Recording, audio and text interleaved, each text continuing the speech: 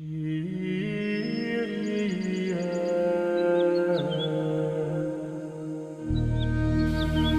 gente, bom dia. Primeiro, queria agradecer o convite, agradecer ao Alex, agradecer a paróquia que está aqui com vocês, né, falar sobre o sacramento do matrimônio. Bom, quantos sacramentos nós temos na igreja? Nós são 7 sacramentos, tá?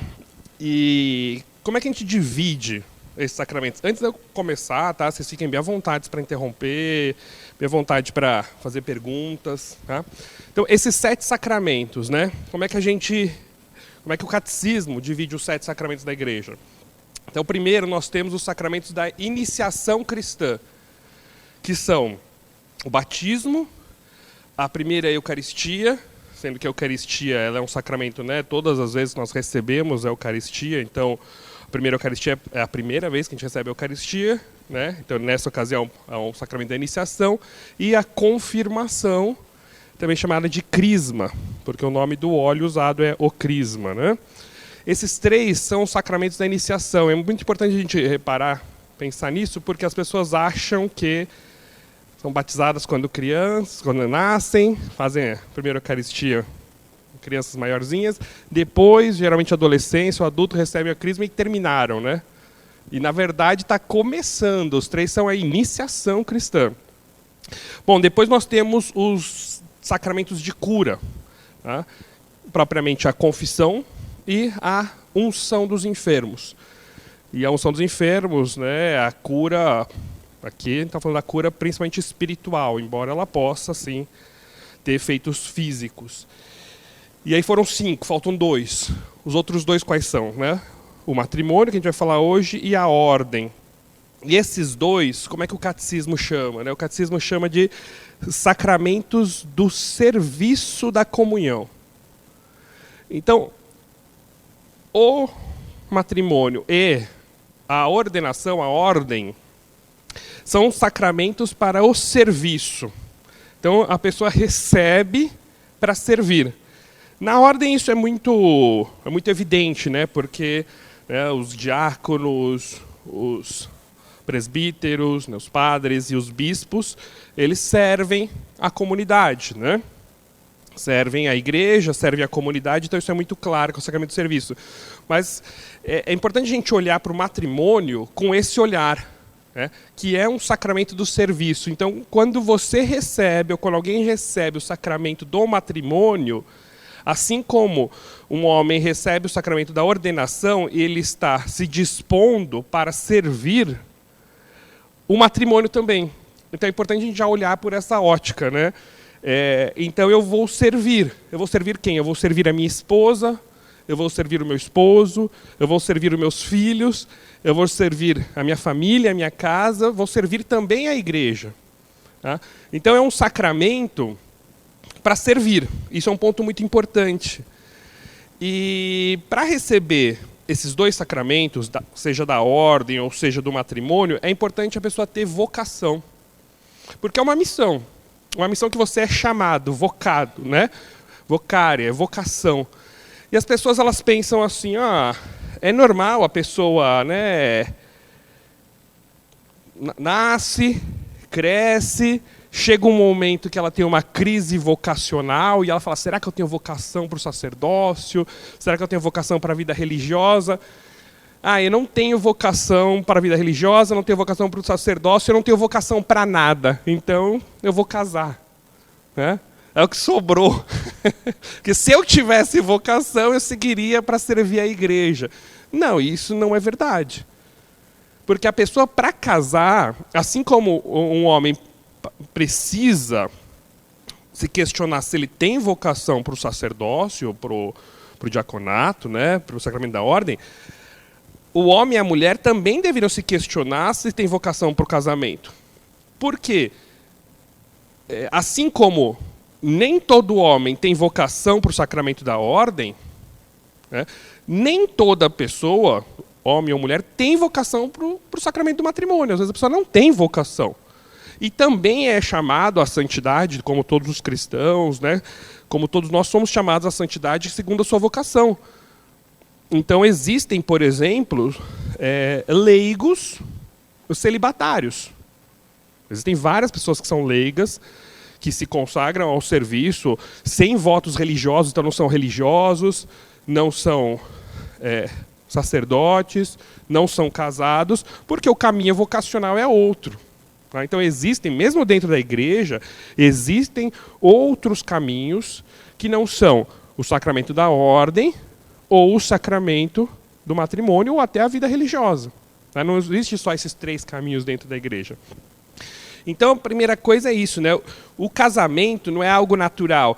Eu conheço alguém, começo a namorar, aí ela começa a me pressionar, a gente fica noivo, né? Aí depois o homem fala, vou enrolar até quando der e a gente casa, né? Então, recentemente, um colega do trabalho, chegaram para ele e falaram assim, o que você vai fazer sábado? Não, sábado eu vou no cartório. Mas você vai fazer o que no sábado? Eu vou casar. Mas como assim você vai casar? Você não é casado?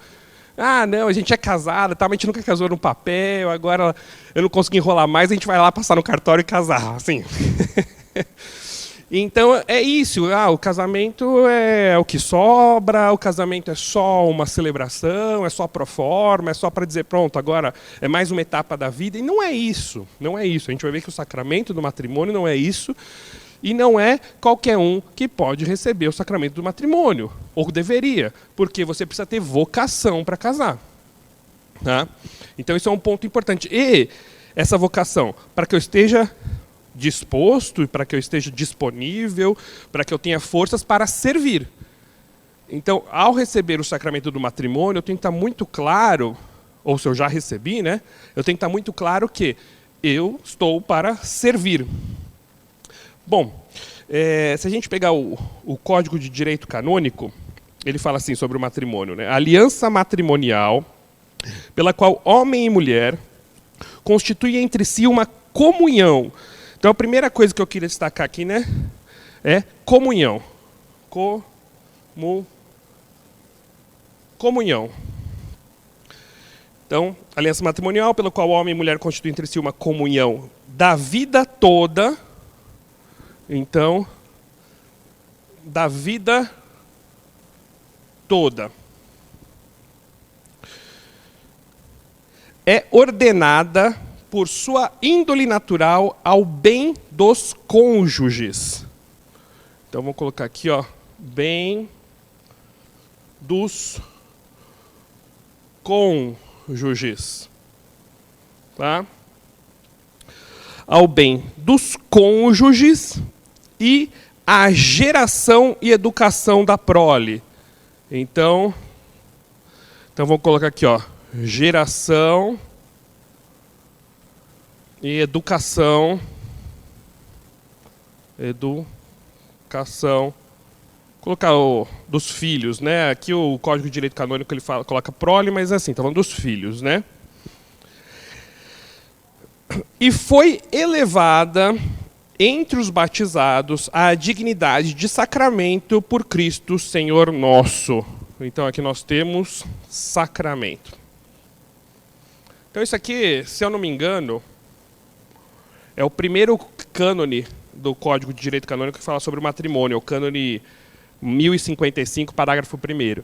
Então, a aliança matrimonial, pelo qual homem e mulher constituem entre si uma comunhão de vida toda, é ordenada por sua índole natural ao bem dos cônjuges e à geração e educação da prole, e foi elevada entre os batizados à dignidade de sacramento por Cristo Senhor. E aqui eu quis destacar algumas coisas, né, que a gente vai comentar ao longo aqui dessa aula, né? Primeiro, aqui é comunhão, né? Então, aqui a gente tem a comunhão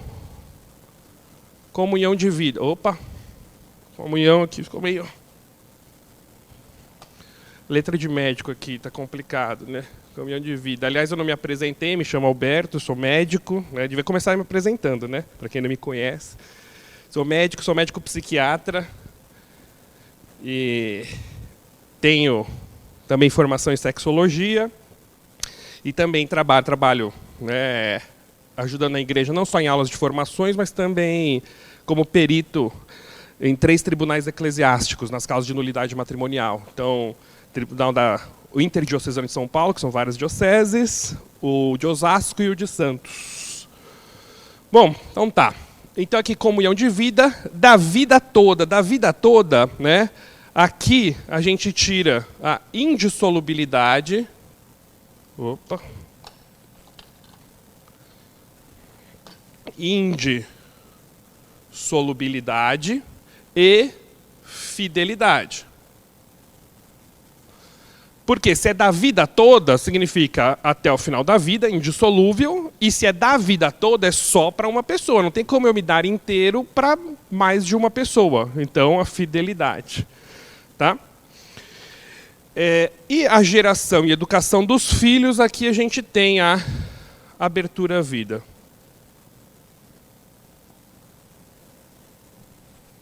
Tá? Então, esses 4 pontos aqui são muito importantes, né?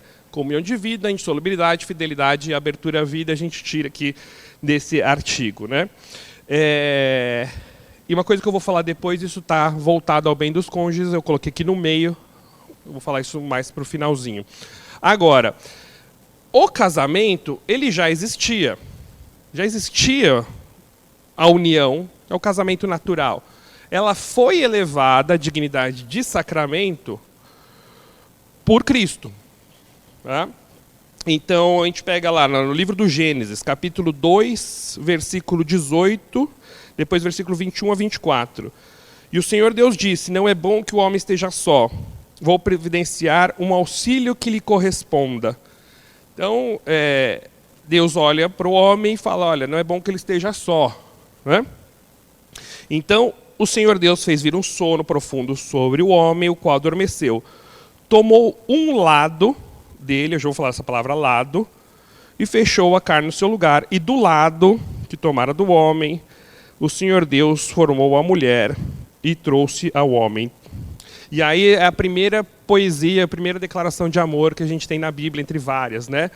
O homem exclamou, desta vez é osso dos meus ossos, é carne da minha carne, ela será chamada mulher, ela foi tirada do homem. Por isso o homem deixará seu pai e sua mãe, se unirá à sua mulher, e eles se tornarão uma só carne. O que talvez, né, venha na cabeça quando a gente fala dessa passagem é que Deus colocou Adão, um sono profundo em Adão, então foi a primeira cirurgia, a primeira anestesia, anestesiou, abriu, né?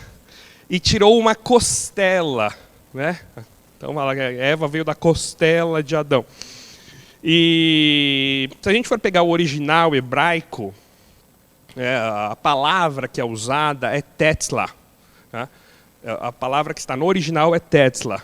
E tetzla, ela pode ser traduzida por costela. Então a tradução mais antiga é costela, mas a tradução mais aceita atualmente é lado. Tá? Então tetzla é uma palavra hebraica que pode ser traduzida por costela ou por lado. Então, as palavras no hebraico elas têm várias traduções, às vezes, e também assim, tem forças que não...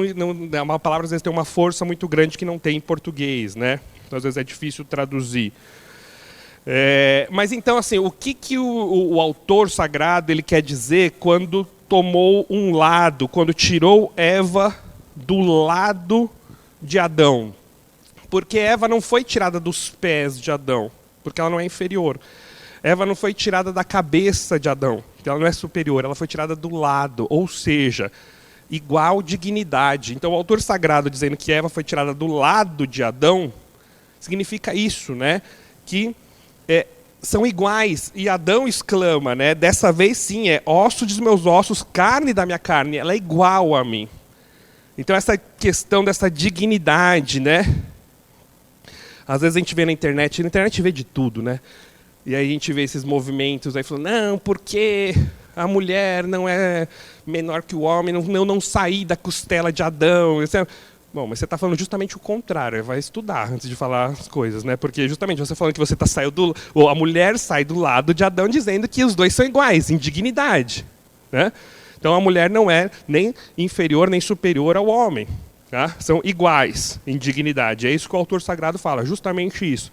Sobre a dignidade da mulher. E fala, né, será chamado mulher, porque foi tirada do homem.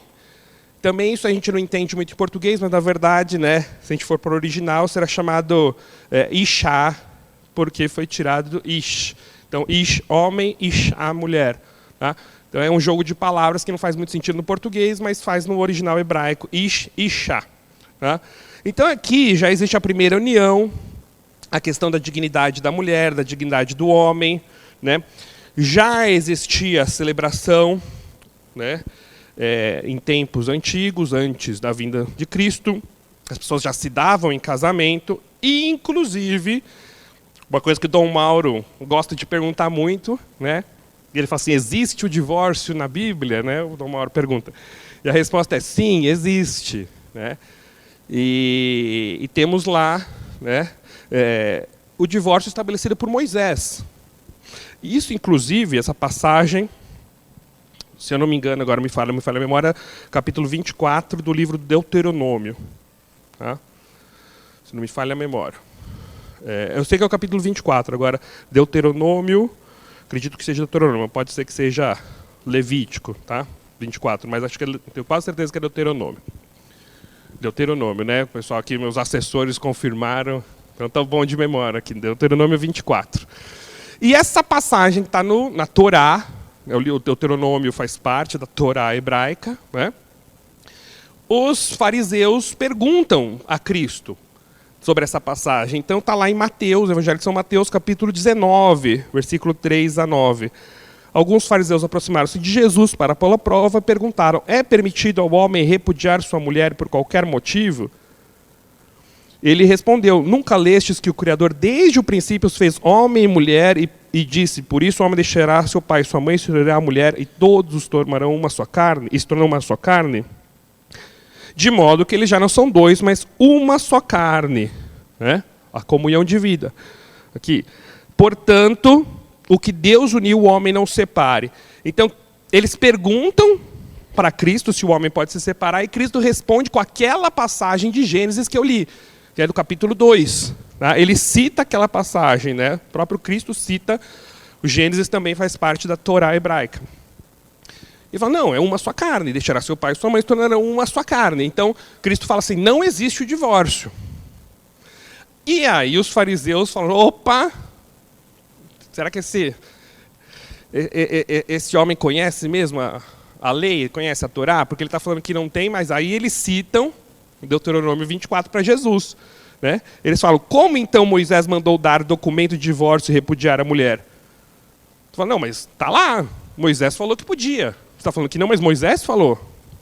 E aí Cristo responde, Moisés permitiu repudiar a mulher por causa da dureza do vosso coração. Mas não foi assim desde o princípio. Ora, eu vos digo, quem repudiar sua mulher, fora o caso de união ilícita, se casa com outra, comete adultério. Então Cristo fala, no princípio não era assim. Então Cristo volta lá para o Gênesis, fala, não era isso. Então quando Cristo eleva a união, o casamento, a condição de sacramento do matrimônio, ele retoma isso que é o projeto inicial de Deus. É a união, né, homem e mulher, ish, ishá, né, lá do Gênesis. Então Cristo fala isso. Bom, e aí algumas pessoas perguntam assim, né, mas como que a igreja pede uma coisa dessa, né? Vão ficar com alguém para a vida inteira? Não, tudo bem, eu até tenho essa boa intenção, né? Acho que, não vou dizer ninguém, porque eu já vi cada caso lá no tribunal, mas as pessoas não casam pensando em separar. Não, eu vou casar e semana que vem. Então, não, eu caso com você para ser feliz, eu quero ficar com você, etc. Né? Mas eu não sei o que vai acontecer amanhã. Então, assim, não dá para eu te prometer que é para a vida toda. Eu quero, mas te prometer para a vida toda... Acho que a igreja ela é muito radical, né? A igreja precisa se modernizar, né? Que a gente ouve, a igreja, né? Não, mentalidade medieval, agora a gente vive no mundo moderno. Não, também não vou entrar nisso, porque mentalidade medieval, para mim, é um elogio. Né? As pessoas falam da Idade Média sem conhecimento, né? Essa né, abominação da Idade Média é um pensamento lá da Idade Moderna, que aliás tem esse nome, Idade Moderna, dos iluministas, mas eu não vou entrar nesse detalhe, mas vamos lá. Então a igreja está ultrapassada, a igreja precisa se modernizar, a igreja precisa entender a natureza humana, como se não fosse a instituição que mais entende, mas tá bom. Então, isso é um exagero, não dá, né? E aí eu pergunto para vocês, né? Mas será que é isso mesmo, né? Será que a igreja está pedindo uma coisa meio furada? Está exagerando? Então vamos voltar mais ainda no tempo, né? Vamos voltar lá para os filósofos gregos. Vamos falar, eu não estou nem falando aqui só de coisas, né, deixadas por Cristo, coisas de fé. Não, vamos voltar lá para a filosofia. Vamos voltar lá para os pagãos, né, para os gregos. E vamos olhar, né, as pessoas casam porque tem amor. Então as pessoas se casam porque tem amor. E aí vamos olhar para o amor, né? O que é o amor? Essa palavra amor tem, como eu falei, né, às vezes o português, que é uma língua tão rica, às vezes ela é pobre. Então o amor, existem 3 tipos de amor. Existem 3 palavras gregas para amor. Né? Essas 3 palavras gregas eu posso traduzir de outra forma, mas eu posso traduzir como amor também. Tá? E aí mostram tipos de amores. Né? Então, o primeiro amor... Opa! O primeiro amor é o amor eros. Então, né? Deixa eu ver se o meu grego não é fluente, tá, gente? Então, vamos lá, safra. Não, isso aqui é... Essa letra é assim, ó. Como é que é essa letra aqui mesmo? Elson. Pronto. Esse é o eros em grego aqui. Então, aqui para o português é eros. Aqui tem um... Pronto. O eros. O eros é o primeiro tipo de amor. Né? Que os gregos... Uma palavra que eu posso usar para o eros. O que é o eros? Né? O eros, ele é um amor em que eu busco algo em outra pessoa. Então... Aqui está o outro, aqui estou eu, e eu quero que esse outro me dê algo. Tá? Esse é o amor eros. É a busca de algo, é a busca de uma satisfação, é a busca de algo que você pode me dar. E hoje em dia essa palavra eros ela é entendida mais num contexto até sensorial, né, num contexto físico. Daí, por exemplo, vem a palavra hoje erótico, do eros, da busca do prazer, né? O eros. O amor eros, ele não é um amor ruim, né? Ele é um amor que assim, ele é bom. Você busca algo agradável, algo que te satisfaça. Se a gente for parar para pensar, o único ser que pode nos satisfazer plenamente é Deus. Então essa busca desse amor, né, no fundo, busca também a Deus, que é o único que pode nos satisfazer. Então ele não é um amor ruim, mas é um amor muito simples. Né? Muito bom. O outro amor é filia.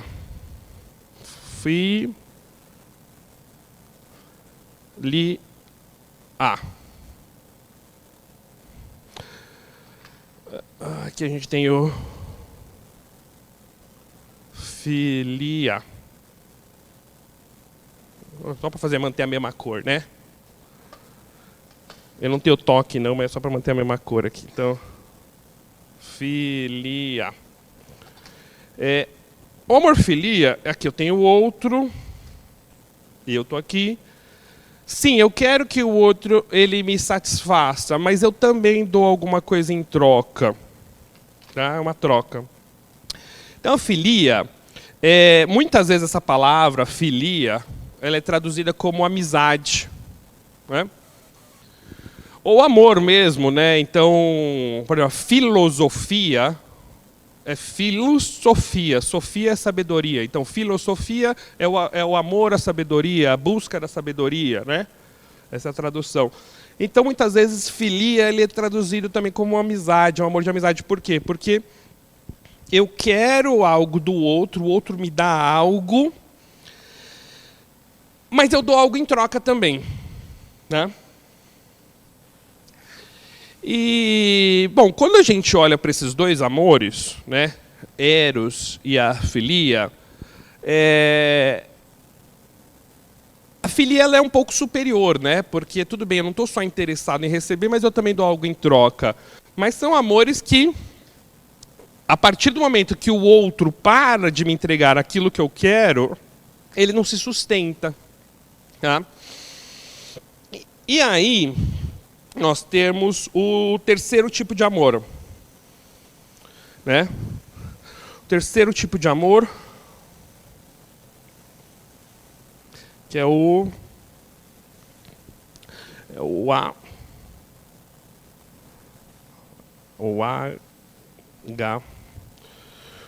HP.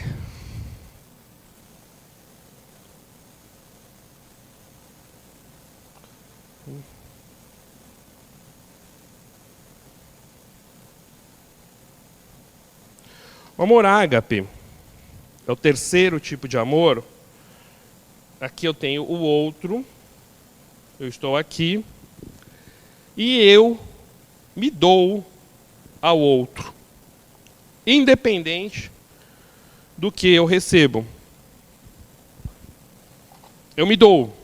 É um amor de doação, é um amor de sacrifício, é um amor de entrega. Né? Então, independente do que eu estou recebendo, eu me dou.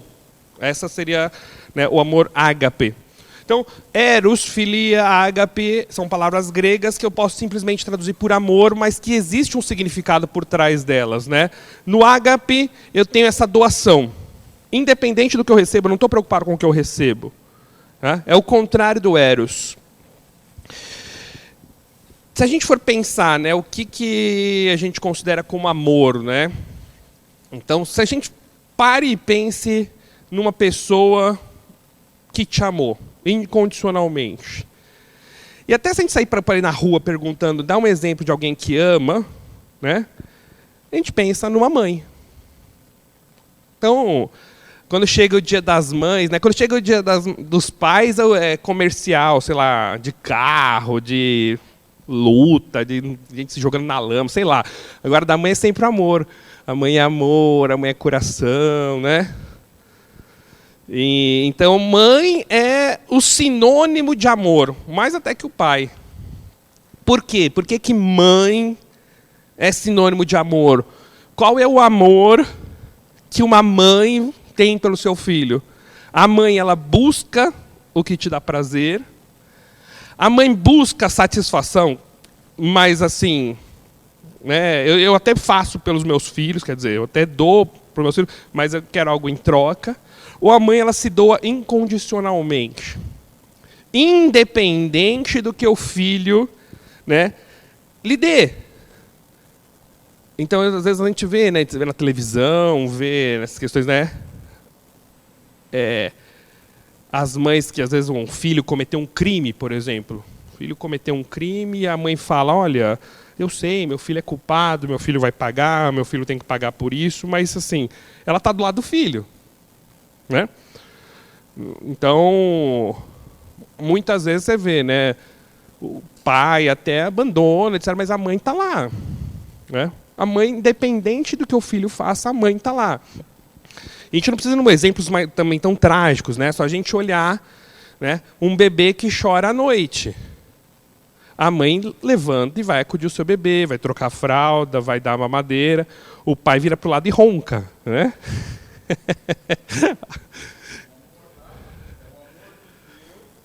Exato, a gente vai chegar lá. Exatamente. Mas assim, isso é uma coisa que a gente consegue explicar até para uma pessoa que não tem fé. Entende essa doação da mãe. A mãe, ela não tem a mínima vontade de levantar à noite. A mãe não se sente bem levantando à noite.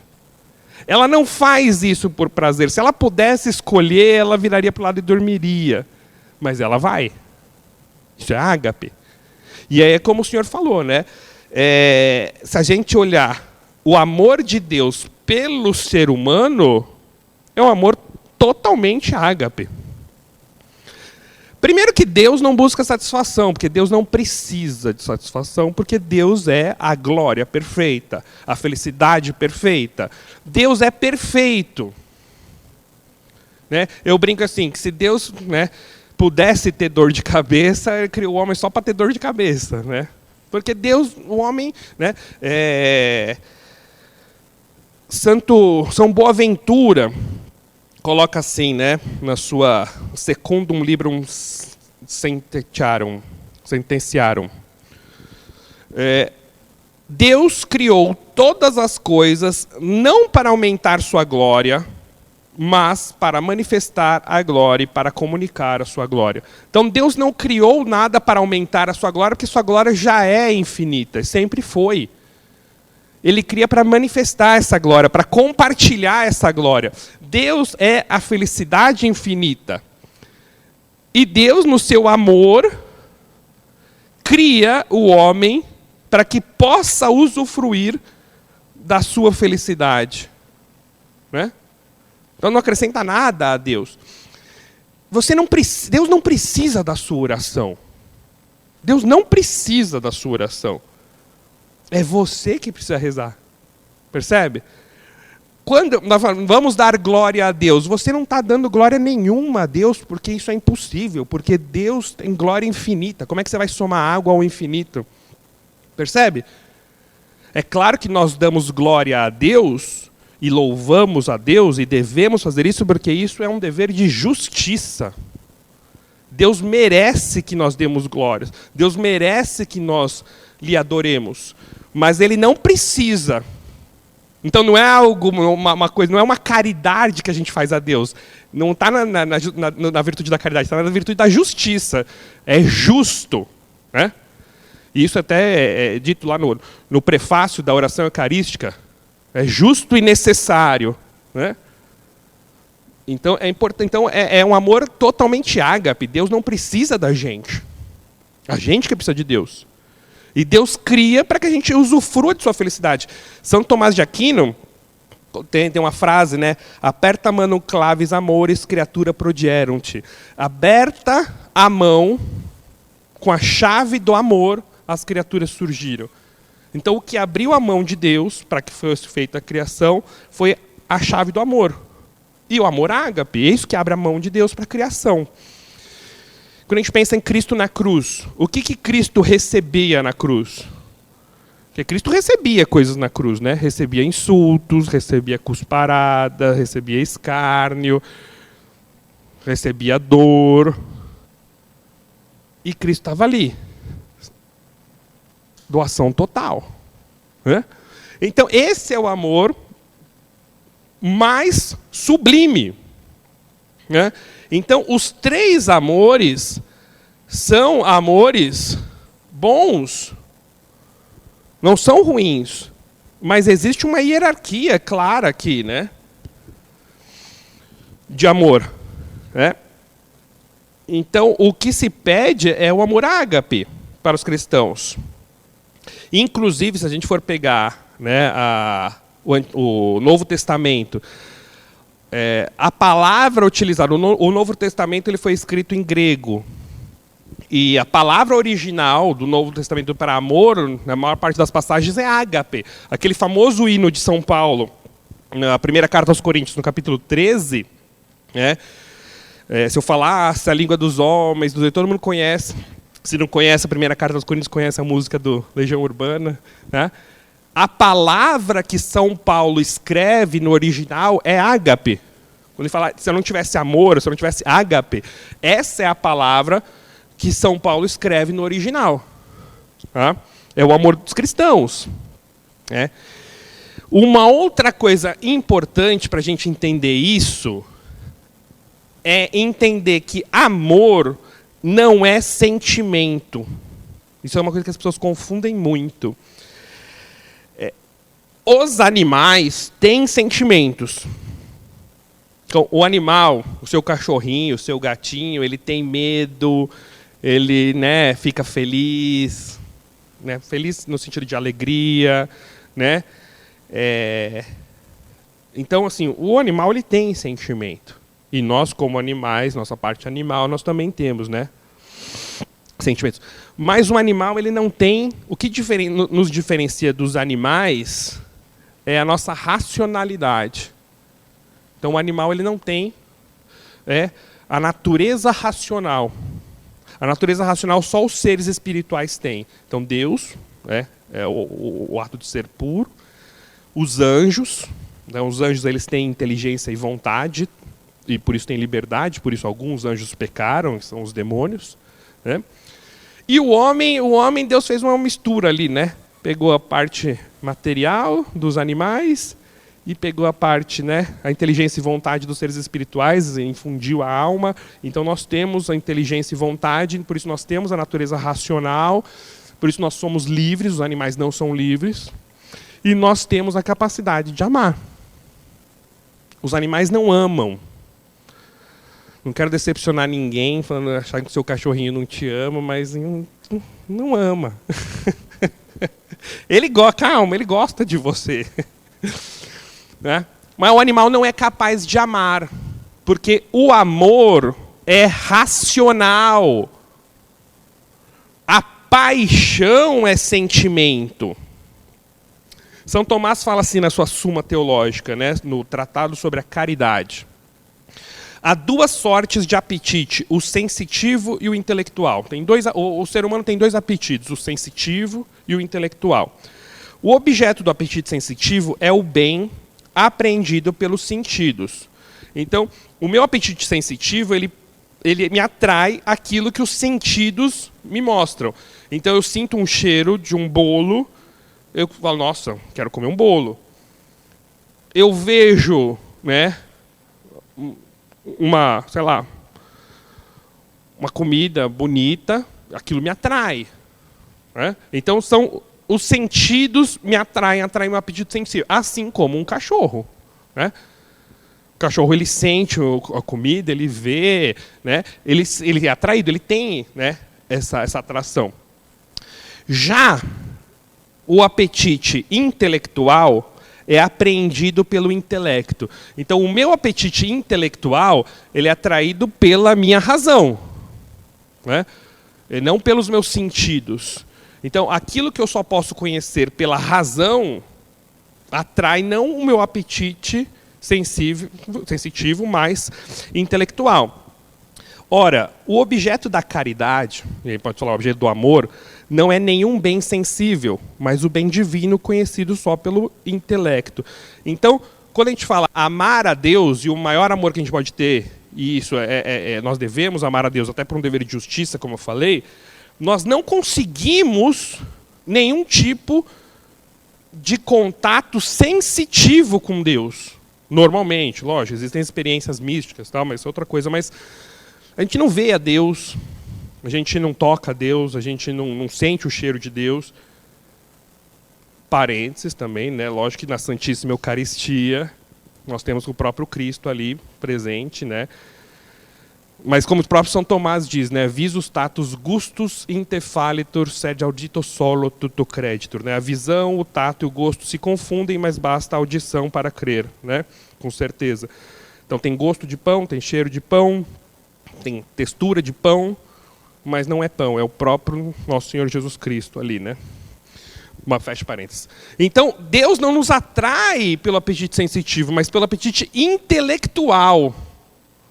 Então, eu só sou capaz de amar pelo intelecto.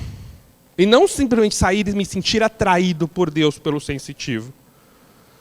E o amor ao próximo, e aqui inclui o amor, né, à esposa, ao esposo, é um amor que reflete o amor de Deus. Diferente da atração física, porque a atração física, ela atrai o nosso sentido. Então, um homem bonito, uma mulher bonita, né? Seu esposo, sua esposa perfumada, etc. Então, isso atrai o meu sensitivo. Porque isso é importante, nós somos animais, isso atrai também. Mas isso não fundamenta o amor.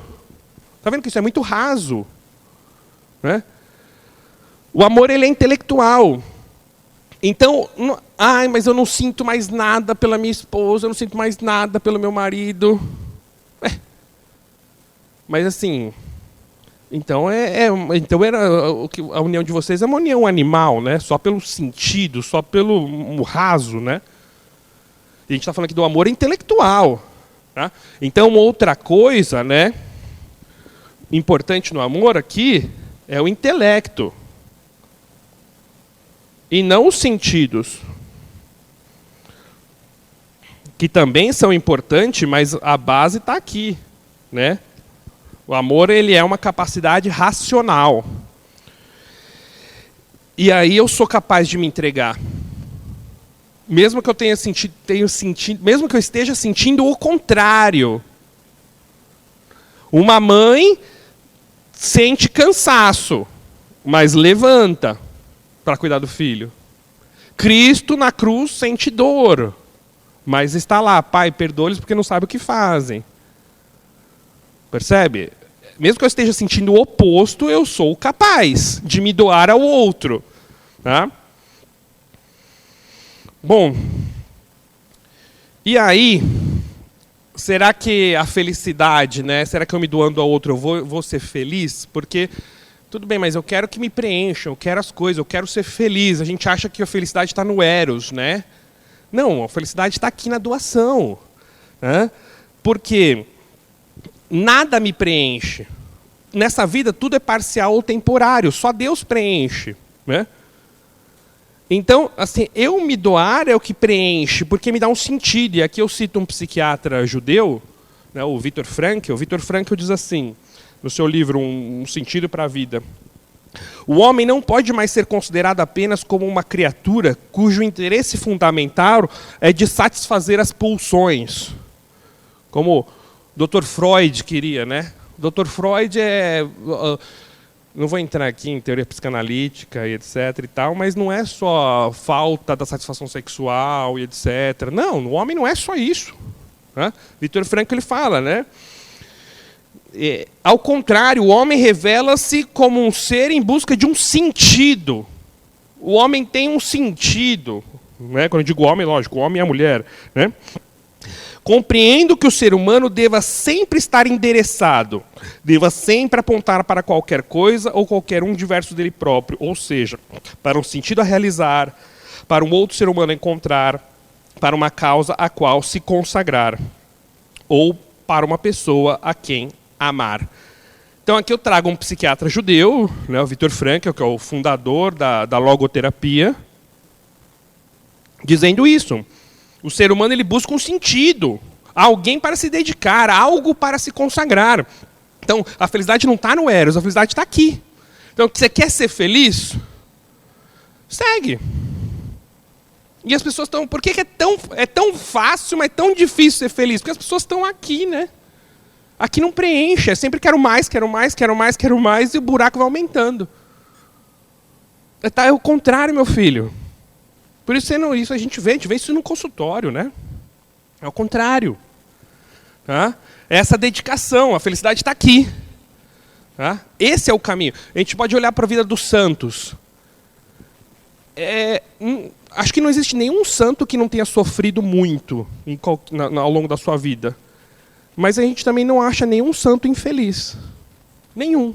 Não existe santo infeliz. Né? Podem ler e procurar nas biografias, etc. Né? Bom, e aí eu estou falando do amor, né? Para terminar isso, vou voltar para o casamento. Não, mas não era sobre amor, era casamento. Mas calma, vai ser importante. Termino só citando Santa Teresinha de Lisieux, santa francesa, que aqui no Brasil é conhecida como Santa Teresinha do Menino Jesus, né?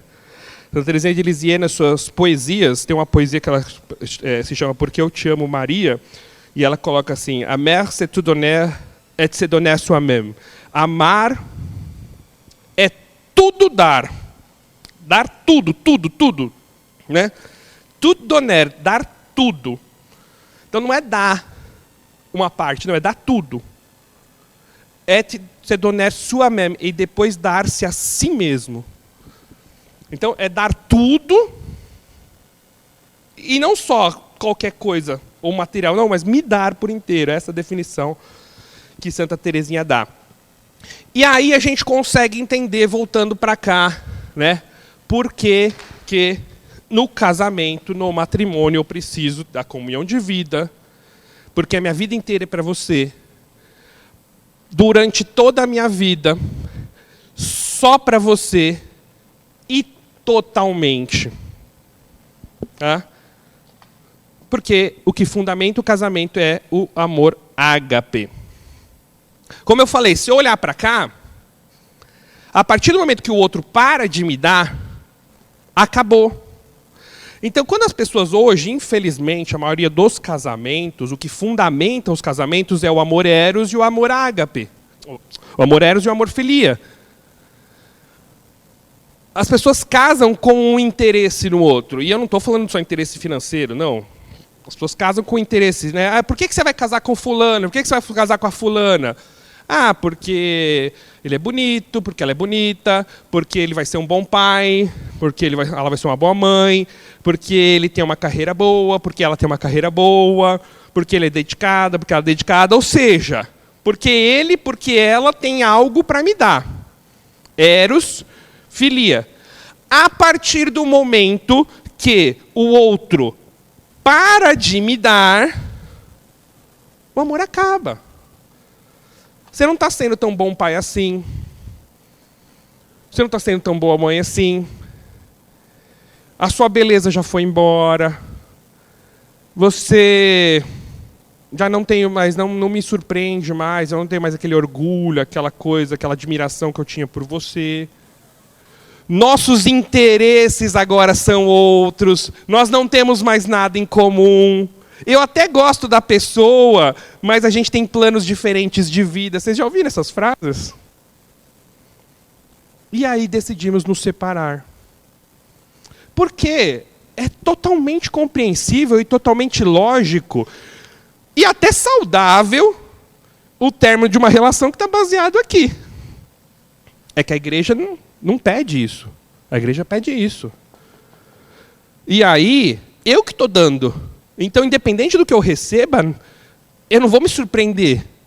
Porque eu que estou dando. É isso que fundamenta o amor do matrimônio ágape. Não existe mãe separada do seu filho. Não existe.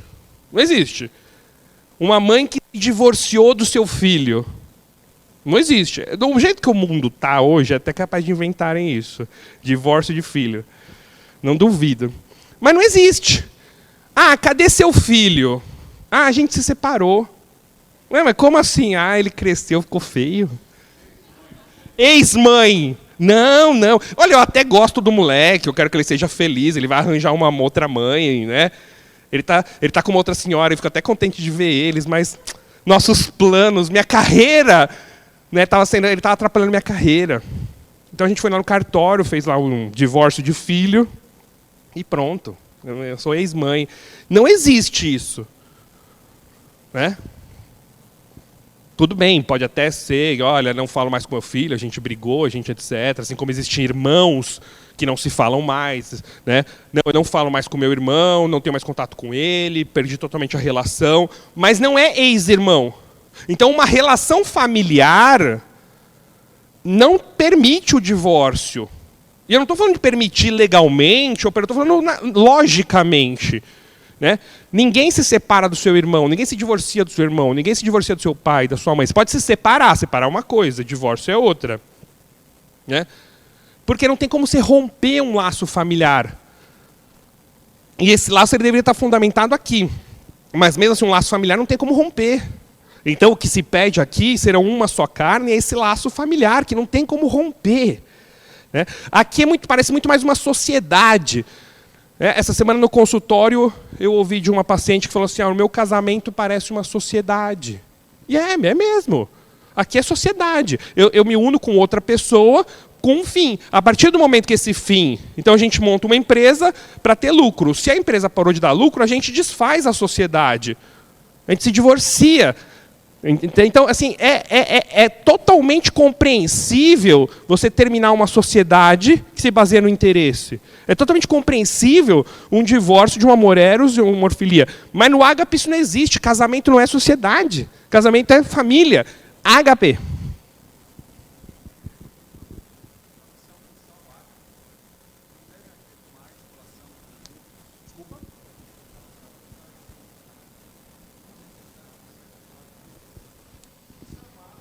Sim, assim, esses, como eu falei, esses amores, eles são saudáveis, eles devem existir em nós. Então, é totalmente normal e saudável e necessário que eu tenha interesses na minha esposa, no meu esposo. Claro, né? E até se a gente for olhar isso aqui para uma realidade sexual, depois também é importante que o casal tenha essa intimidade sexual, que tenha essa busca, que tenha, né? O Papa... Bom, não vou citar agora o Papa, não foi o Paulo VI. Não sei se foi... Bom, não lembro agora o Papa que falou, né? Que é saudável e necessário que os esposos procurem o prazer sexual. O próprio Papa falou isso num congresso de obstetras italianos. Tá? Então, é importante que a gente tenha esses amores também. Mas o que fundamenta o principal é aqui. Tá? Então, bem legal a sua colocação. Bom...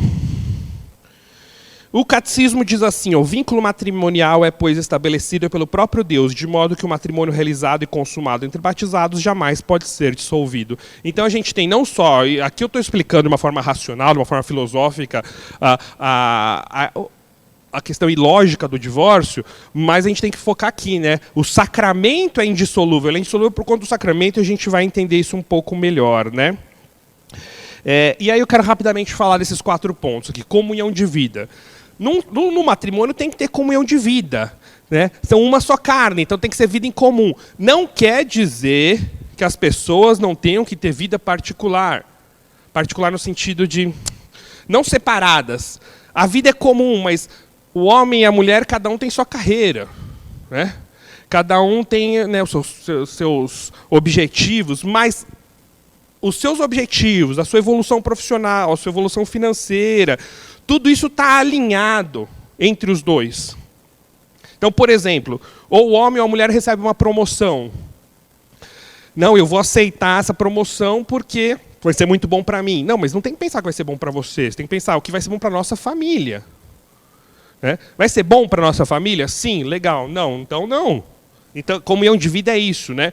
Não quer dizer que tenho que ter perfil de casal no Instagram, né?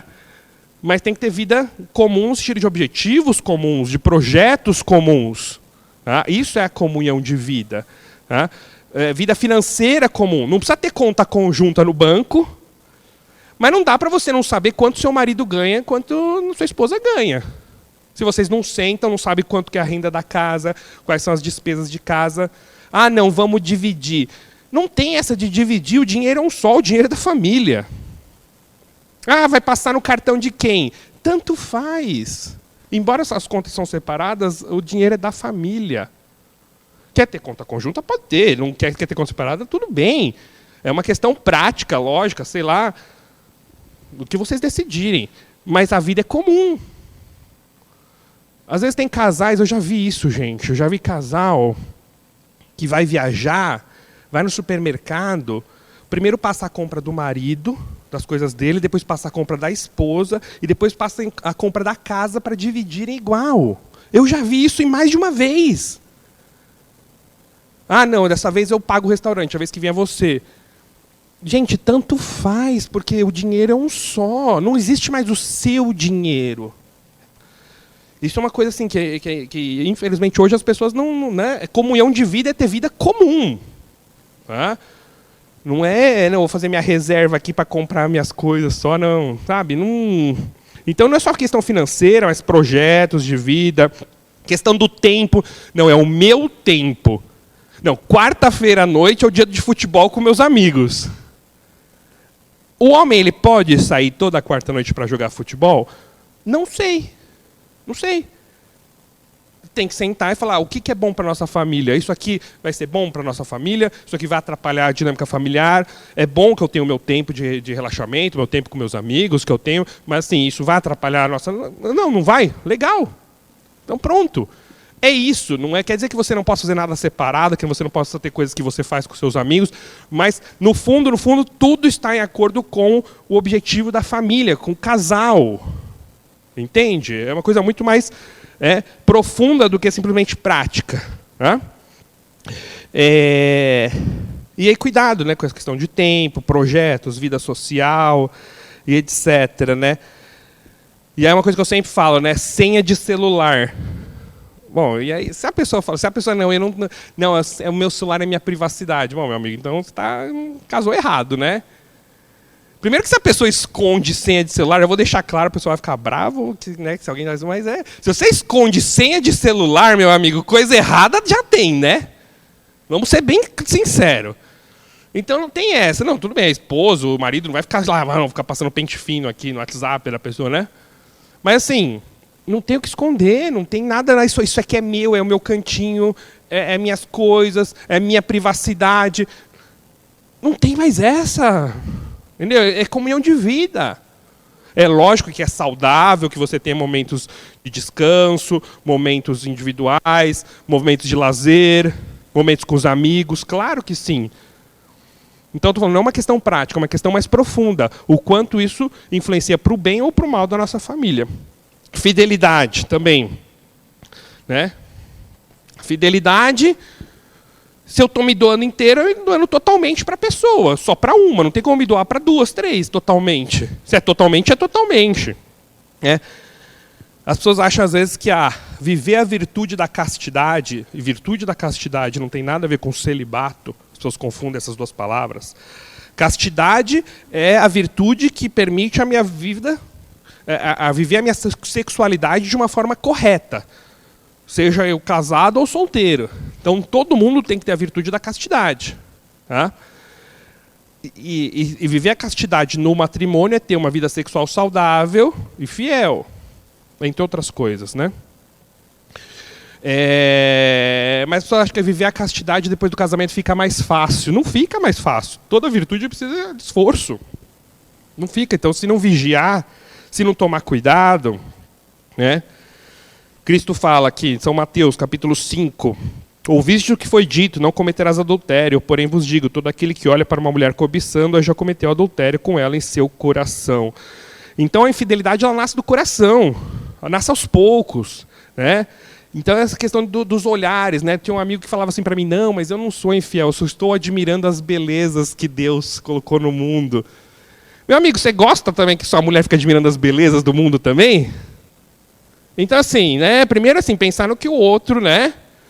O que você faz, o que o outro faz. E depois é daí que vai crescendo. E isso que Cristo fala, Cristo não só dá uma lição de moral, mas também dá uma lição de neuroanatomia, de neurofisiologia, né? Cristo já sabia isso. Na época a gente não sabia, mas Cristo já sabia, né? A gente tem aqui a nosso centro de recompensa, envolve nosso sistema límbico, que libera dopamina. E quanto mais dopamina vai liberando, mais dopamina eu quero. Então, eu olho para uma mulher bonita, que ela já libera dopamina. Aí você vai começar a navegar nas redes sociais, já começa a olhar uns perfis, né, de outras mulheres, dopamina. Aí você começa a ver mulheres com roupas mais, né, chamativas, dopamina. Aí você começa a ver mulher de lingerie, dopamina, caiu na pornografia. Da pornografia para infidelidade é um passo. E assim vai. Isso é uma questão até neurofisiológica de secreção de dopamina. Não vou entrar em muitos detalhes, mas a infidelidade começa no coração, né? Então, tem que vigiar, né? Tem que tomar cuidado. E, de novo, até a questão de você ter senhas de celular, de redes sociais, até uma vacina, né? Porque o mundo cai matando. Ainda mais assim, nossa, olha, aquele cara, aquela mulher ali é um bom esposo, uma boa esposa. Seria bom se ele estivesse comigo, se ela estivesse comigo. Então, vamos, né? Então, cuidado. Cuidado, porque é o mundo. Então, a fidelidade é algo importante. A indissolubilidade a gente já falou, né? A questão, né, do amor ágape, mas eu vou falar um pouquinho mais também depois em relação ao sacramento, né? Eu acho que eu pulei aqui no meu roteiro, mas tá bom. Gastei um tempão falando disso. Falei aqui sim, não pulei não. Falei daqui do divórcio, da sociedade. E, por fim, a abertura à vida, que também é algo importante, que eu tenho que tomar cuidado para a gente não se alongar nesse ponto, que isso daria outra aula. Mas a questão da abertura à vida, assim, eu me dou totalmente, minha vida inteira, toda ela, só para você, mas não podemos ter consequências. Se eu não sou aberto, Eu não estou me doando por inteiro. Hã?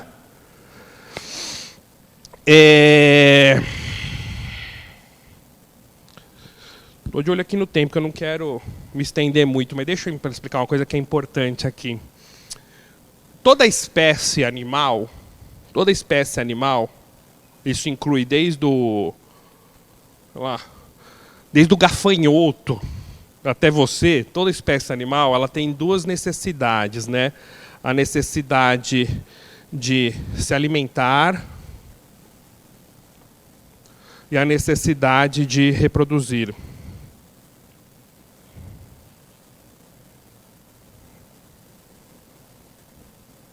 Isso é uma necessidade que toda espécie tem. A alimentação é uma necessidade que todo indivíduo de toda espécie tem. Todo mundo precisa comer, senão morre. E a reproduzir é uma necessidade da espécie, né? Não precisam todos os seres daquela espécie reproduzir, mas se ninguém reproduzir, a espécie acaba, né? Isso é uma coisa muito lógica, né? Nós, animais, temos necessidade de se alimentar, todos nós, e temos a necessidade de se reproduzir como espécie. Não necessariamente todos os seres humanos, mas, né, a espécie necessita disso. Isso é uma questão biológica. Agora, nós, além de se alimentar, nós temos aqui a questão do prazer, né? É claro que o animal também tem prazer para comer, lógico, mas o animal, você põe a comida lá, ele vai comer. Não é que ele vai... Seu cachorro não vai sentar hoje, vai pegar lá o menu e escolher o que eu quero jantar. Se bem que, né, você vai nos pet shops hoje, tem lá ração de cordeiro, ração de frango, aromatizado com ervas. Nossa senhora, às vezes você vai no pet shop e olha assim, você dá até vontade de comer. Fala, acho que eu vou levar isso aqui pro jantar para mim, esquentar no micro-ondas aqui, porque o negócio é tão, né?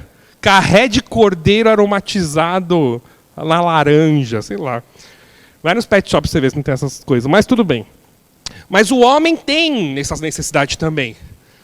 Então ninguém quer viver, né? Quando eu era criança eu falava, não, porque no futuro, quando a gente chegar lá em 2020, imagina, 2020 está longe, né? 2020 nem vai chegar. Mas se a gente chegar em 2020, já estamos em 2023. Mas se a gente chegar em 2020, a gente vai se alimentar de pílulas, que nem os astronautas falavam isso quando era criança, né? E ninguém quer comer pílula.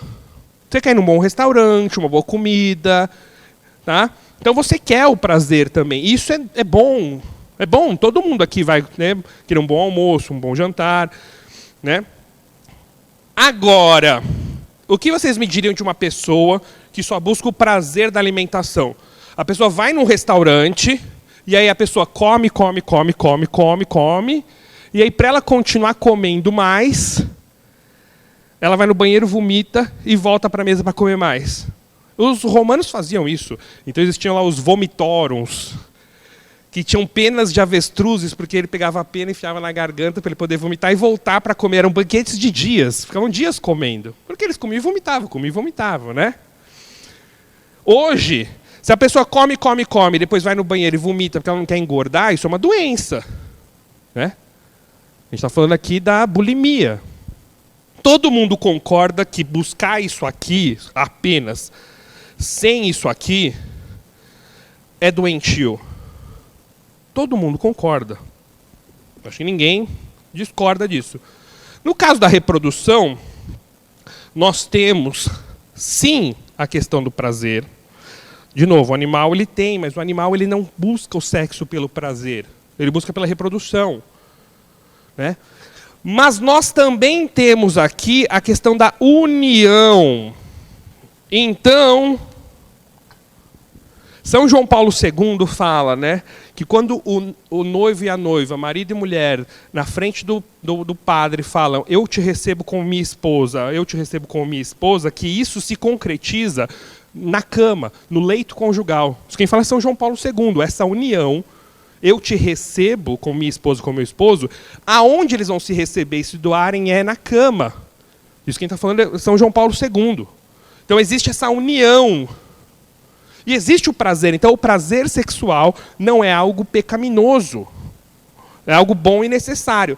Agora, a partir do momento que a pessoa busca só uma das coisas, a gente está falando da mesma coisa aqui. Então, de novo não. É importante deixar isso claro. Não estou falando que o sexo, a moral sexual da igreja é sexo só para reprodução. Não é isso que eu estou falando. Mas existe a união. Por exemplo, se existe só a busca do prazer, é a luxúria. Eu não quero me unir. É o uso do anticoncepcional. E o contrário também. Não, eu só quero ter um filho sem a união. Por exemplo, a fertilização in vitro. A inseminação artificial. Eu não vou entrar em detalhes, mas existe uma possibilidade de fazer a inseminação artificial que seria de acordo com a moral. Existe uma possibilidade. Porque mantém a união. Mas, se você, de modo geral, a inseminação artificial, a fertilização in vitro, é a busca da união sem... É a busca oh, meu Deus. É a busca da reprodução sem a união, sem esse prazer. Também é imoral. Então, o sexo saudável, assim como a alimentação saudável, envolve esses aspectos. De novo, eu não estou falando que toda relação sexual deve gerar engravidez, porque se fosse assim, o ato sexual durante a gestação seria pecaminoso, já que a mulher não vai engravidar de novo, ela já está grávida. Isso não é verdade, tá? Então, as pessoas não conhecem sobre moral sexual da igreja, falam um monte de besteira, isso fica aí... Estou à disposição para uma outra aula, isso dá mais uma aula aí imensa sobre a moral sexual da igreja, mas assim, a abertura à vida significa isso. Se eu ponho um anticoncepcional, eu não estou me doando.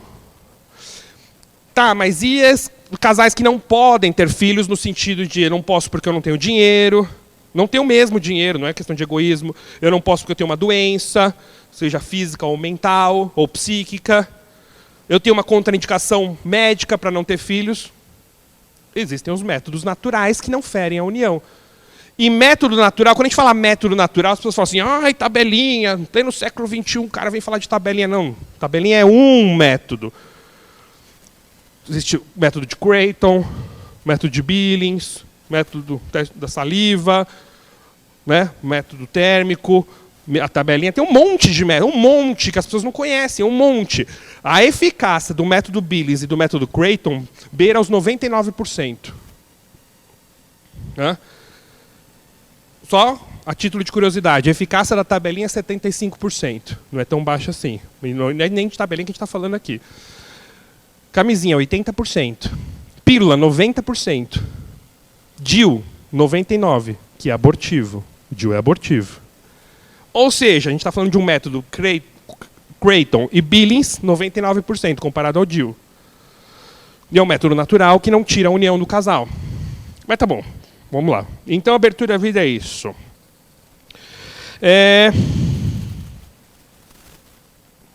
Citando aqui o Papa São Paulo VI, os filhos são, sem dúvida, o maior dom do matrimônio, contribui muito para o bem dos próprios pais. Tá? E só voltando à questão do Código de Direito Canônico, né, o Código de Direito deixa muito claro isso. Os pais tendo dado vida aos filhos, têm a gravíssima obrigação, e gozam do direito, então é uma obrigação gravíssima, o Código fala, e é um direito de educá-los. Por isso é a obrigação primordial dos pais cristãos cuidar da educação cristã dos filhos, segundo a doutrina da Igreja. Tá? Então, gente, é isso. Obrigação e direito. Você tem todo o direito de educar o seu filho, mas você também tem a obrigação moral gravíssima de educar na fé cristã. E aí, gente, a gente olha para esses 4 pontos importantes, né? Comunhão de vida, indissolubilidade, fidelidade, abertura à vida, a gente olha isso como um peso. Eu tenho que ser fiel. É para a vida toda que eu vou ter que aguentar esse traste, né? Agora eu não vou nem poder fazer minha reservinha aqui de dinheiro, aqui, eu tenho meu tempinho com meus amigos, né? A gente olha como um peso. E, gente, isso são presentes. Porque a comunhão de vida, a indissolubilidade, a fidelidade e a abertura à vida, elas apontam para o bem dos cônjuges. Qual a melhor coisa de saber que você vai ter uma pessoa sempre do seu lado? Aconteça o que acontecer, eu vou estar do seu lado. Só com você. Minha vida é sua, é nossa, totalmente. Então a igreja, como mãe que protege e cuida de seus filhos, pede para o sacramento do matrimônio o bem dos cônjuges, que só é possível com essas 4 exigências, e que seja um amor ágape, de doação. Né? E aí, só terminando, já, rapidinho. Terminando aqui, eu queria citar, né, então, por isso, é um caminho de vocação, tá? Muitos santos seguiram esse caminho. Eu posso citar aqui Santa Giana Beretta Molla, é uma médica, mãe de família, né? Faleceu agora, no século passado, 1962. Tá? E os milagres para sua beatificação e para sua canonização, inclusive, ocorreram aqui no Brasil, Santa Giana. Né? E aí, falando sobre chegando para terminar essa questão do sacramento, essa questão da indissolubilidade. Quem é o ministro do sacramento? Todo sacramento é um ministro. Então, o ministro do batismo é o diácono, é o padre, é o bispo, que podem batizar. Ministro extraordinário, qualquer pessoa em perigo de morte, né? Quem é o ministro da crisma? O bispo, de forma extraordinária, o padre com autorização. Quem é o ministro da Eucaristia? Só o padre e o bispo. Ministro da Eucaristia é só o padre e o bispo, porque só eles podem consagrar. Né? Existe o ministro da Sagrada Comunhão. As pessoas falam de ministro da Eucaristia. Não, não é. Porque ministro da Eucaristia é quem consagra, só o padre e o bispo. O diácono não pode ser ministro da Eucaristia, ele não pode consagrar. Né? E quem é o ministro do matrimônio? São os próprios esposos. São os noivos. O Papa São Pio X fala assim, né? Os ministros desse sacramento são os mesmos esposos que reciprocamente conferem e recebem o sacramento. Então o padre, o bispo, o diácono, a testemunha qualificada da igreja, ela está lá como testemunha. Quem dá e quem recebe esse sacramento são os noivos. Quem se casa. E aí a gente vai voltar um pouquinho lá para o catecismo, né?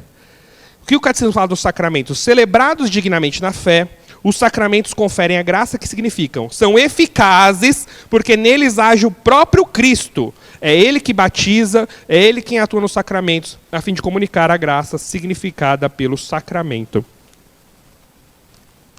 Quem é o ministro do sacramento? Sempre é Cristo. Quem batiza é Cristo. Por isso que se fala, eu te batizo em nome do Pai, do Filho e do Espírito Santo. Quem é o ministro da confissão? É o Cristo. Quando o padre fala, eu te absolvo, o padre ele não tem poder de absolver o pecado por si. Eu não vou confessar que o padre é um pecador. Mas não é o padre que está te absolvendo, é o Cristo que está te absolvendo. O padre ele é um instrumento. É por isso que o sacramento funciona. Porque o padre por si não pode absolver os pecados. É só Deus. Mas o padre é um instrumento. Por isso que o padre fala, eu te absolvo. Quando o padre consagra, o padre fala, este é o meu corpo. Mas ninguém comunga o corpo do padre. É o corpo de Cristo, porque é Cristo que consagra. Então quem atua nos sacramentos é o próprio Cristo. Por isso que, quando o noivo fala para a noiva, eu te recebo, eu te prometo ser fiel. Quando o noivo se entrega, é Cristo se entregando. Então, quando o noivo recebe, está recebendo a Cristo. E Cristo não traz sua palavra. Se Cristo prometeu, Cristo é fiel. É para sempre. Por isso que o sacramento é indissolúvel. Porque Cristo prometeu amar-te e respeitar-te na alegria e na tristeza, na saúde e na doença. É o próprio Cristo falando, assim como este é meu corpo. É o próprio Cristo falando. Eu te absolvo, é o próprio Cristo falando. Eu te batizo, é o próprio Cristo falando. Cristo não traz sua palavra. Independente dos méritos da pessoa, o padre mais pecador do mundo pode ouvir uma confissão e absolver essa pessoa. Porque não é ele que está absolvendo, é Cristo. Uma pessoa que seja ateu, a pessoa é ateu. Eu sou ateu, eu não acredito em Deus. Se pegar água, derramar água, com a intenção de fazer o que a igreja faz, eu acho isso uma besteira, mas eu vou fazer o que a igreja faz, porque você está pedindo. Uma pessoa que está morrendo, e a pessoa falar, eu te batizo em nome do Pai, do Filho e do Espírito Santo, o batismo é válido. Mesmo que a pessoa seja ateia. Porque quem batiza é Cristo. E nesse caso, o batismo é válido. Então, meu amigo, casou, casou. Quem casou foi Cristo. Né? E aí, terminando de verdade agora, prometo, o povo não aguenta mais, está acabando. Vamos falar rapidinho dos efeitos do sacramento. Vínculo matrimonial. Esse vínculo que resulta do ato humano, livre dos esposos e da consumação do sacramento, é em realidade uma realidade irrevogável. Então, existe o vínculo familiar, né? E por isso o sacramento é indissolúvel. Segundo, a graça. Todo sacramento confere a graça, né? Então, o matrimônio nos dá a graça para viver isso que não é fácil. Eu me doar para alguém que às vezes não merece. Da mesma forma como Deus se doa totalmente a nós que definitivamente não merecemos. Então, para isso aqui precisa de força. É a graça que o matrimônio confere. É lógico que a gente tem que fazer a nossa parte, né, gente? Né? O amor, ele não é algo que casou, guarda na gaveta a certidão que vai durar para sempre. Não, tem que cuidar. É que nem uma plantinha, tem que regar, tem que adubar a terra, tem que mexer, às vezes mudar de vaso, né? Então é isso, é o diálogo, é o perdão, é a gratidão. São atos pequenos, tá, que garantem a luta diária.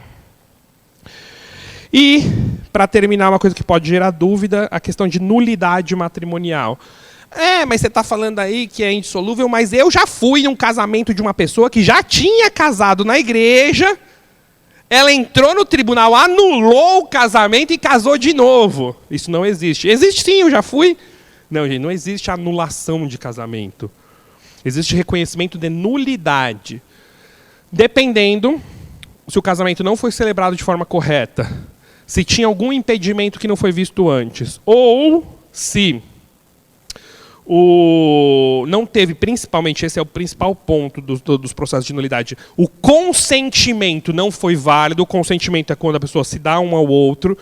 Por quê? Não foi válido por quê? Porque a pessoa não tinha maturidade, porque a pessoa tinha alguma doença psíquica que impediu o consentimento, porque a pessoa falou da boca para fora, estava prometendo ser fiel, mas tinha amante e queria continuar tendo, né? Uma série de coisas que invalidam o consentimento. Se o sacramento não acontece, porque a matéria é o consentimento. Por exemplo, se eu pegar aqui uma pessoa que está morrendo, pede, me batiza, por favor. Eu não tenho água aqui, mas eu tenho suco de laranja. Vou batizar você com suco de laranja. Eu te batizo em nome do Pai e do Filho com suco de laranja. O batismo é válido? Não. Mas no suco de laranja tem água. Não, porque a matéria do batismo é água. Precisa ser água. Não dá para batizar com suco de laranja. Porque é a matéria. Então, se o consentimento não existe, aquilo lá é, entre aspas, como se fosse um teatro. É que nem batizar alguém com suco de laranja. Eu vi, o suco caiu na cabeça, eu falei as palavras, mas não batizou. Então não casou, não teve sacramento. O tribunal ele reconhece que o casamento é nulo. Se o casamento é nulo, a pessoa nunca foi casada. Então ela pode casar, porque ela nunca foi casada. Então sim, infelizmente, a grande parte dos casamentos celebrados hoje são nulos. Infelizmente. Então, você conhece alguém que está em segunda união, que não está casado na igreja, porque já casou antes, procure o tribunal eclesiástico, converse. É muito provável que o seu primeiro casamento, que na verdade, casamento civil, né, porque o matrimônio não tenha acontecido, que tenha sido um casamento nulo. E aí dá para regularizar isso, tá, com o tribunal eclesiástico. Bom, fechando. Não, para procurar o Tribunal Eclesiástico, ou procure, né, na internet, aqui em São Paulo, fica lá na Avenida Nazaré, no Ipiranga, ou procure a Secretaria da Paróquia e peça mais informações, etc. Fechando, né, resumindo tudo que eu falei. O amor ele pode ser eros, filia ou ágape. O ágape é o mais superior, que a doação ao outro é o que realmente nos preenche. O matrimônio foi instituído por Deus, elevado à dignidade de sacramento por Cristo. O matrimônio é uma vocação, não é algo que sobrou, uma vocação de serviço. São exigências e bens do matrimônio, a comunhão de vida, a indissolubilidade, a fidelidade e a abertura à vida. Elas garantem o bem de ambos os cônjuges e a felicidade já nessa vida, né? Já nessa vida. E o efeito do sacramento, com o efeito do sacramento nós temos a graça que nos fortalece para viver, né, essas exigências e essa doação ao outro. Fica como um propósito aí para cada um pensar, né? Para quem está noivo, quem está namorando, quem está à procura de alguém, pensar, né, na sua vocação, pensar quais são os seus objetivos para viver isso aqui, para se doar. E quem já é casado, pensar, qual o amor que está fundamentando a minha união, né? Ótimo, eu tenho que ter o amor eros, eu tenho que ter o amor filia, mas será que a base está aqui, né, de me doar ao outro? Será que eu estou dando esses presentes para o meu cônjuge mesmo? Fica aí para pensar. Gente, mais uma vez eu agradeço, me coloco à disposição. Tá? Quem quiser, né, pode pegar o meu contato aí na Secretaria da Paróquia, né, ou estou à disposição para dúvidas. Se alguém quiser colocar alguma pergunta, fique à vontade. Tá bom? Obrigado, gente. Primeiramente, obrigado. Achei muito boa a aula, muito esclarecedora. O único ponto aí que eu acho que gera uma certa polêmica, que você falou muito rapidamente, e que eu vejo, já vi padres falando A e padres falando B.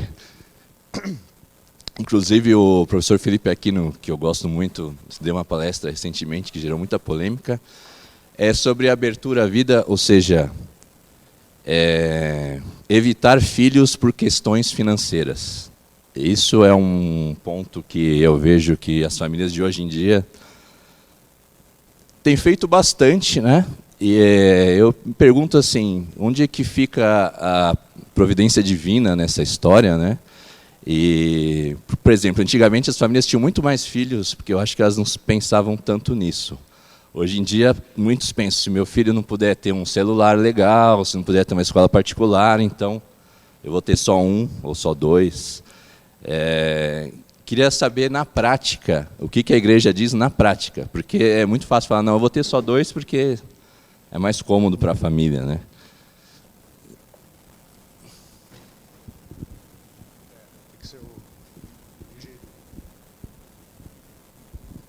Quando você estava falando, eu estava tentando aqui abrir, né, uma outra aula que eu tenho, porque isso daí é uma aula, né? Então tá terminando de abrir que eu quero exatamente ler, né, o que diz e aí a gente comenta o que lê. Acho que o que você traz é muito importante, né? Que eu sempre falo, muitas formações minhas, né?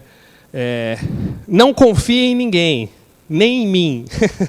Então, qualquer tipo de dúvida a gente tem que ir nas fontes, né? Então vamos no catecismo, então a gente tem que confiar no catecismo, a gente tem que confiar nos documentos da igreja, porque às vezes até pessoas com autoridade, a pessoa falou isso, a pessoa falou aquilo, então acho que é muito importante a gente ir realmente nas fontes, né? E aí eu queria ler aqui, né? Essa é a encíclica Humanae Vitae do Papa São Paulo VI, que ele coloca assim, ó: se, portanto, existem motivos sérios para distanciar os nascimentos que derivem das condições físicas ou psicológicas dos cônjuges ou de circunstâncias exteriores, a Igreja ensina que, então, é lícito ter em conta os ritmos naturais. Então, isso aqui é uma declaração do Papa São Paulo XI, vale muito a pena ler essa encíclica, que é a Humanae Vitae. E aqui que o Papa deixa claro, né? E ele coloca aqui, né, motivos sérios. Então, tem pessoas que não têm condições financeiras, né, porque se tivesse um outro filho, isso colocaria a vida dela em risco. Uma coisa é ser a vida da família em risco. Uma coisa é ter motivo sério, outra coisa é eu não poder trocar de carro no final do ano, eu vou ter que, né, tirar o meu filho de um colégio mais caro para colocar num colégio mais barato, eu vou ter que... não vou poder viajar. Então, isso falando da questão financeira, porque outros motivos são, tem pessoas que têm doenças físicas mesmo que não podem engravidar, elas têm a capacidade de engravidar, mas se engravidarem elas podem ter algum problema físico. ou psíquico, ou não tem condições físicas ou psíquicas de suportar uma gestação, tá? Também isso entraria ali, né? Mas em relação à questão financeira, o que a igreja fala é que se pense, né, se é algo que vem do egoísmo, o egoísmo versus a generosidade, né?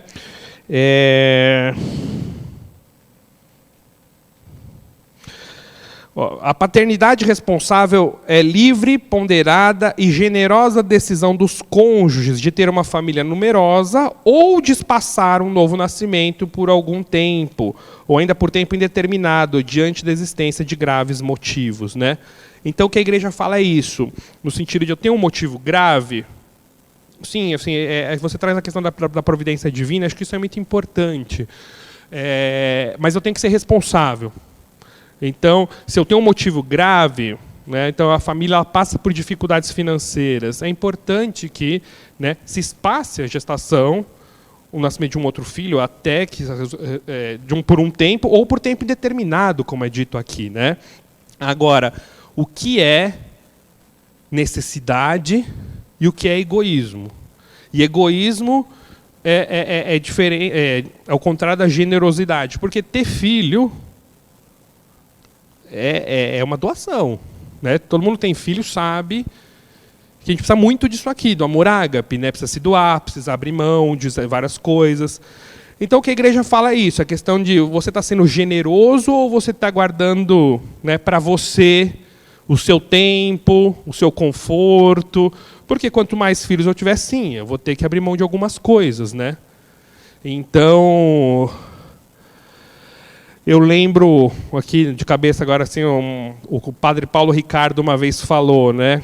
Não, eu não posso ter,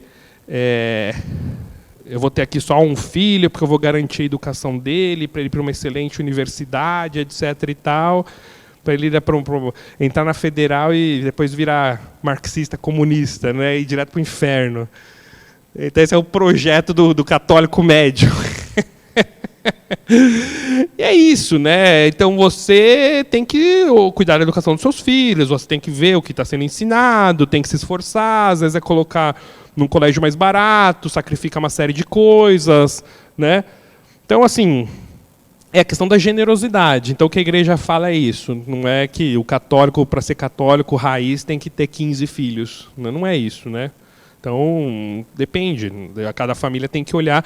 É a questão que eu falei aqui sobre, né, em muito menor proporção, se o marido pode toda quarta-noite jogar futebol com os amigos. Não tem sim nem não para essa resposta. Depende.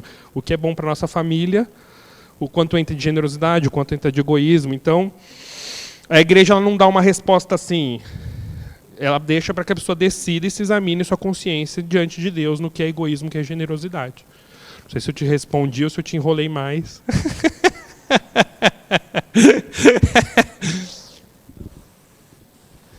Mais alguém?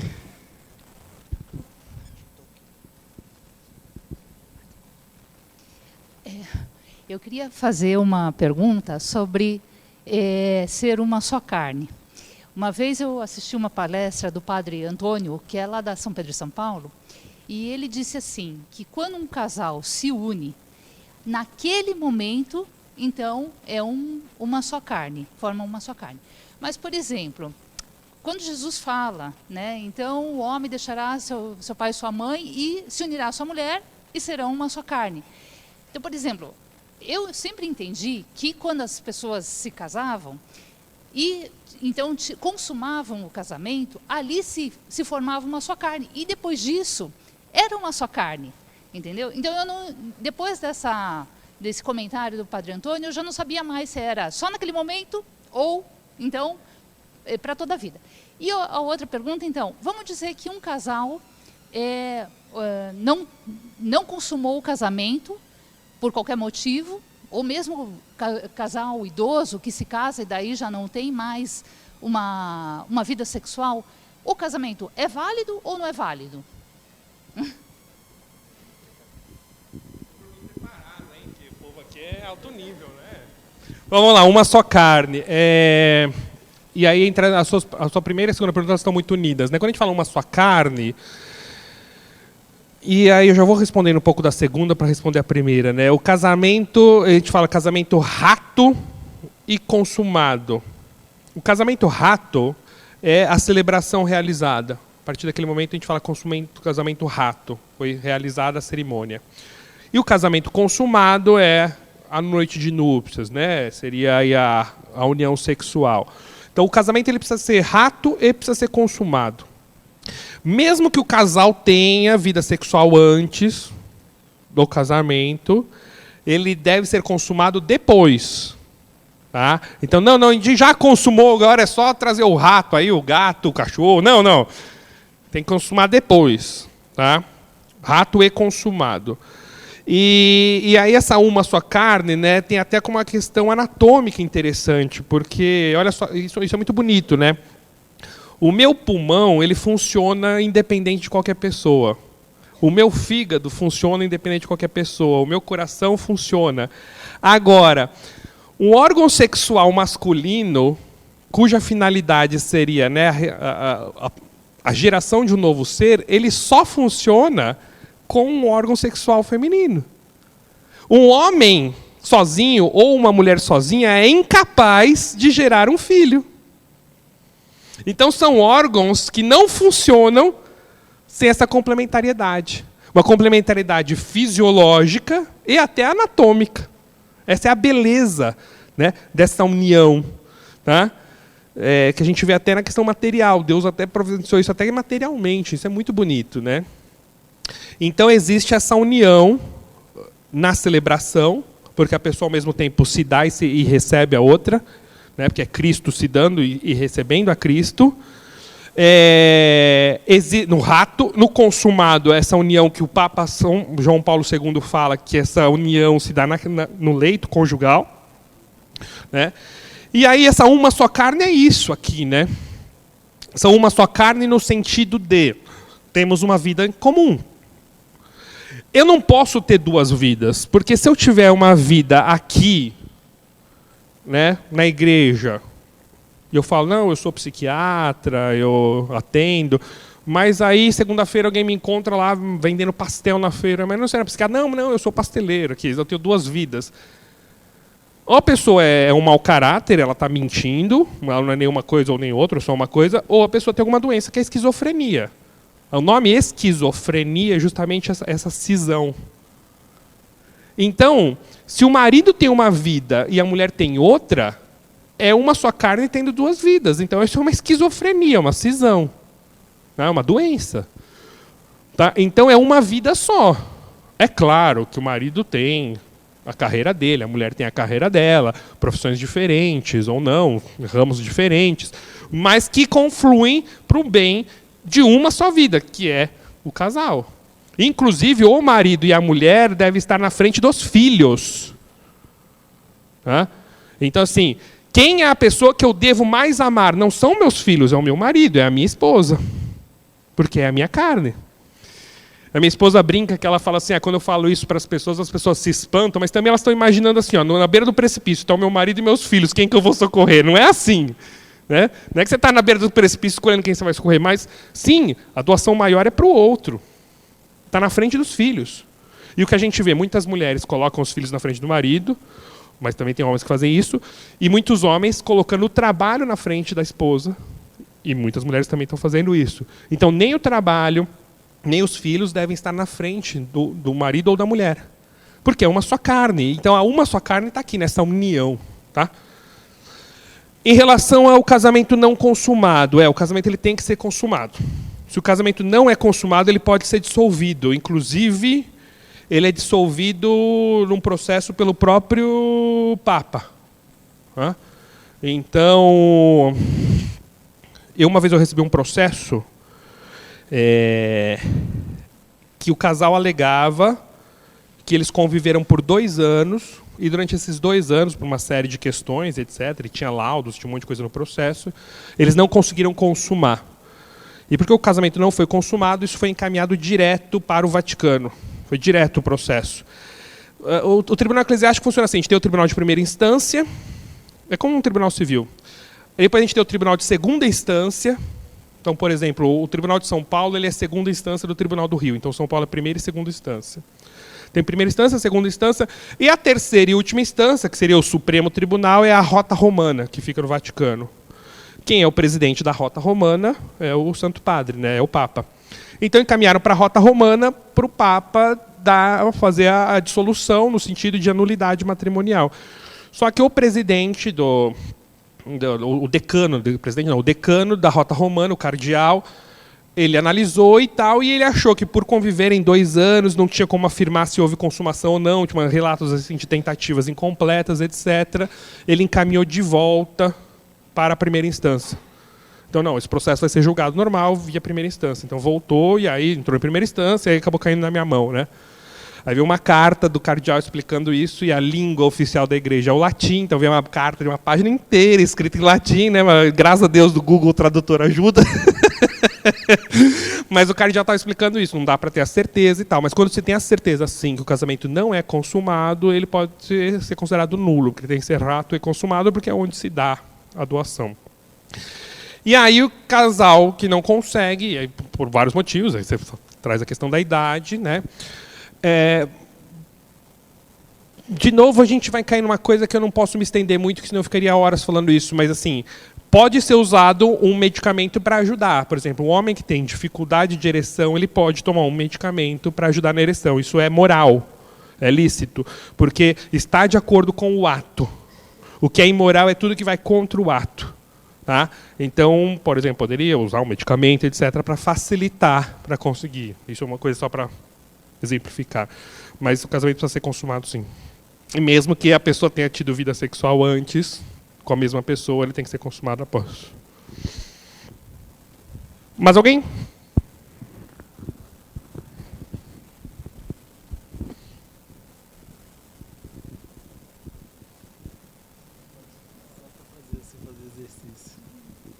Obrigado.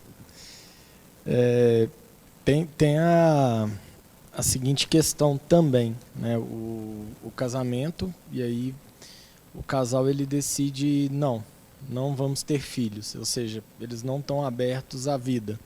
Esse também é uma situação que ela já acontece com nulidade, o casamento, porque eu posso casar, beleza, hoje nós não temos esse pensamento de ter filho, mas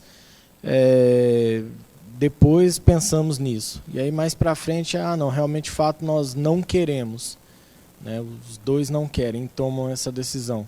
Então, ou seja, nesse momento que toma a decisão, já tornou o casamento como nulo. Ou não?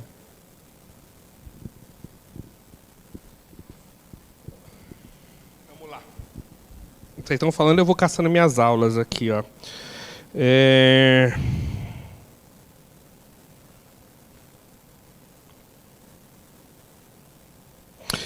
O Código de Direito Canônico, ele fala aqui no cânone 1101, parágrafo 1º. Presume-se que o consentimento interno está em conformidade com as palavras ou com os sinais empregados na celebração do matrimônio. O que o Código quer dizer com isso? Assim, o que eu estou falando, supõe-se que seja o que eu estou pensando.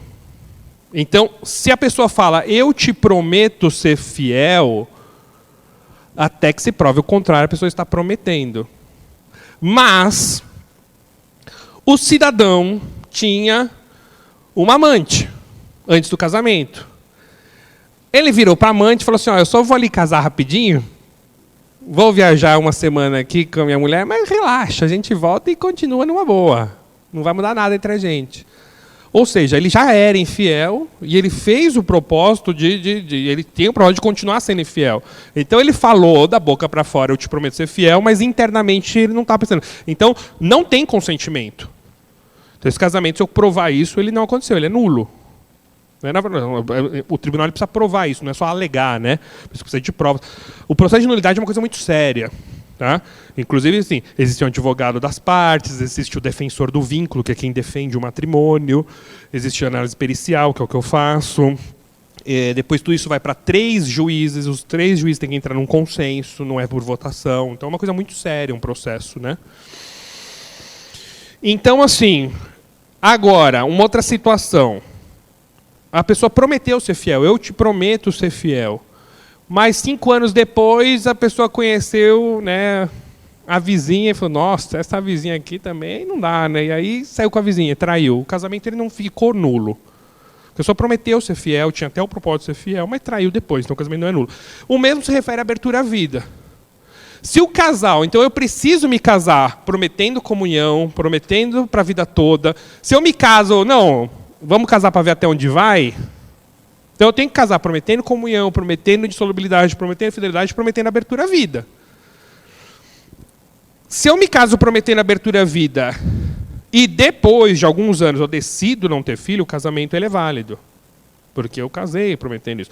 Agora, se eu já me caso com a esperança, não, nós não vamos ter filhos, é diferente de nós não podemos. Não podemos porque a gente está falando por situações financeiras, por situações médicas, ou até por questão de infertilidade.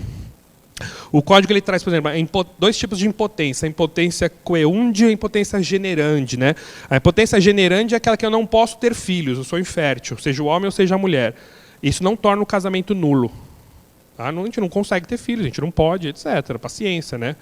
Agora, a impotência coeunde é aquela que a pessoa não consegue ter o ato. Ou o homem não consegue ter o ato sexual, ou a mulher não consegue permitir o ato sexual, por várias questões. E aí não consuma, e aí o casamento ele não é válido. Tá? Então, se a pessoa não quer ter filhos, não é que ela não pode, mas se ela não quer, nós não vamos ter filhos, é uma das pontos que ela está deixando fora. Então, o casamento ele pode, sim, talvez ser nulo. Tá? Mas se a pessoa decidiu depois, é a mesma coisa da fidelidade. Se traiu depois, mas a fidelidade, bom, mas quando ele casou, ele prometeu. Será que ele tinha condições de prometer isso? Porque às vezes também é isso. Eu prometi realmente ser fiel, eu cometi um adultério depois, mas eu não tinha condições de manter a minha fidelidade. Isso é outra coisa que eu entro como perito também. Falar, não, realmente, ele não era maduro o suficiente para prometer fidelidade. Então o consentimento é inválido, tá? Então, certo? Quem mais? Obrigado, gente.